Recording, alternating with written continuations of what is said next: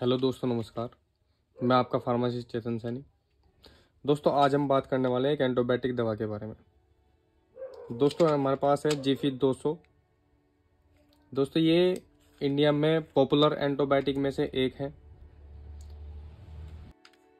दोस्तों, आज हम बात करने वाले हैं जीफी 200 के यूज़ के बारे में, जीफी 200 के साइड इफ़ेक्ट्स, जीफी 200 कितने दिन तक लेनी चाहिए, कितने दिन तक नहीं लेनी चाहिए, जीफी 200 कब कब यूज़ की जाती है, किन किन इन्फेक्शन में इसका यूज़ होता है।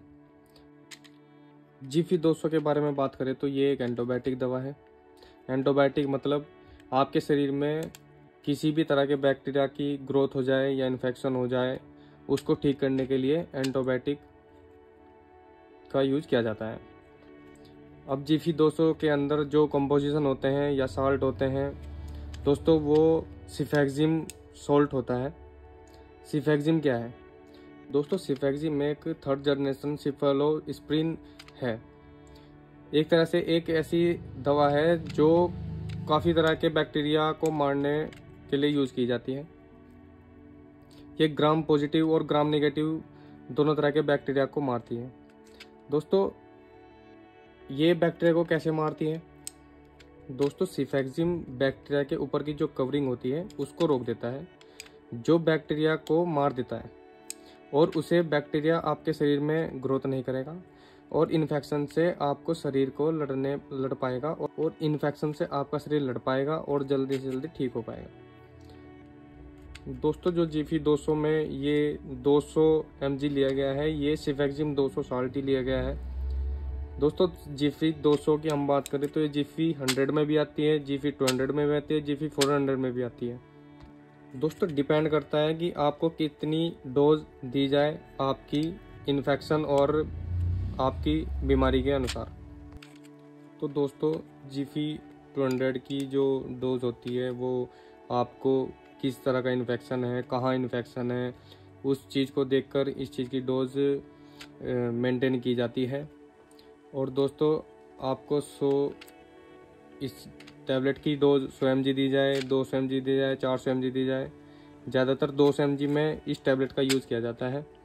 दोस्तों, 200 mg ये सबसे बेस्ट mg में डोज है। दोस्तों, इसकी पैकिंग की बात की जाए तो 10 टैबलेट की ये पैकिंग है और इसकी जो प्राइस है वो 100 रुपये की आपको 10 टैबलेट ये मार्केट में प्रोवाइड हो जाती है। दोस्तों, अब कंपनी ने जो इसकी पैकिंग चेंज की है, इसमें QR कोड भी दिया गया है। दोस्तों, QR कोड का फ़ायदा यह है कि आप इसको स्कैन करके आप इसकी डिटेल निकाल सकते हैं। जीफी 200 टैबलेट कब बनी है, कब इसकी एक्सपायरी है, क्या इसकी मैन्युफैक्चरिंग है और क्या इसके बेनिफिट्स हैं, कहाँ ये बनी है, ये सब डिटेल आप इस QR कोड को स्कैन करके निकाल सकते हैं। दोस्तों, जीफी 200 जो ब्रांड है ये FDC लिमिटेड कंपनी का एक ब्रांड है। दोस्तों, इसकी जो कलर की बात की जाए, टाइटेनियम डाइऑक्साइड इसका कलर है। और दोस्तों, इसकी दोनों तरफ ये जीफी 200 की एक मार्का की गई है, जिससे ये बहुत ही यूनिक नज़र आती है। दोस्तों, अब जीफी टैबलेट के यूज़ की बात की जाए, दोस्तों जीफी 200 टैबलेट को कौन कौन सी बीमारी में यूज़ किया जाता है, कौन कौन से इन्फेक्शन या कौन कौन से बैक्टीरिया में इसका यूज़ किया जा सकता है। दोस्तों, ये आमतौर पर नमूनिया के इन्फेक्शन में इसका यूज़ किया जा सकता है। फेफड़ों में इन्फेक्शन हो या गले में इन्फेक्शन हो, उनमें सब में इसका यूज़ होता है। कान में इन्फेक्शन हो, नाक में, स्किन जैसे किसी भी तरह का इन्फेक्शन हो, जॉइंट में इन्फेक्शन हो जाए, इन सभी इन्फेक्शन में इसका यूज़ किया जाता है। दोस्तों, इस टैबलेट को हल्के फीवर वगैरह के, वायरल फीवर के इन्फेक्शन में भी इसका यूज़ किया जाता है। ये उन बैक्टीरिया को बड़े अच्छे आसानी से मार देता है।